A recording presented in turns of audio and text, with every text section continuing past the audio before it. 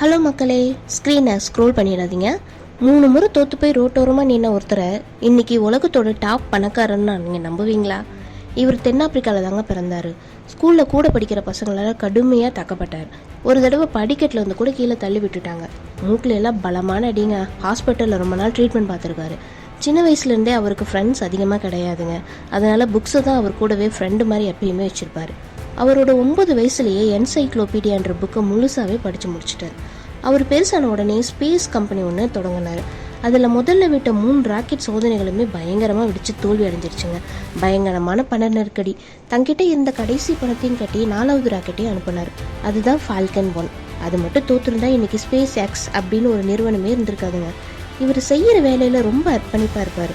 வாரத்துக்கு 80லேருந்து 100 மணி நேரம் கூட வேலை செய்வார். வீட்டுக்கே போகாமல் வேலை செய்கிற இடத்துல தரையிலேயே கூட படுத்து தூங்கிடுவார். இவர் ஸ்பேஸ் கம்பெனி ஆரம்பிக்கிறதுக்கு முன்னாடியே பேபால்னு ஒரு சின்ன நிறுவனத்தை ஆரம்பித்தார். அந்த நிறுவனத்தை விற்று அதுலேருந்து வந்த $165 பணத்தையும் ஆடம்பரமாக செலவு பண்ணாமல் ஸ்பேஸ் எக்ஸ் அப்படின்ற நிறுவனத்துக்கு 100 மில்லியனும், டெஸ்லா அப்படிங்கிற நிறுவனத்துக்கு 70 மில்லியனும், சோலார் சிட்டி அப்படிங்கிற நிறுவனத்துக்கு 10 மில்லியனு எல்லா பணத்தையும் இதுலேயே போட்டார். எந்த அளவுக்குன்னா அவர் தங்கியிருந்த வீடே வாடகை கொடுத்து தங்குற அளவுக்கு ரிஸ்க் எடுத்தார். அவர் வேறு யாருமே இல்லைங்க, நம்ம எலான் மஸ்க் சார் தான். இந்த உலகமே உங்களை முடியாதுன்னு சொன்னாலும் எலான் மஸ்க் மாதிரி திருப்பி அடிங்க.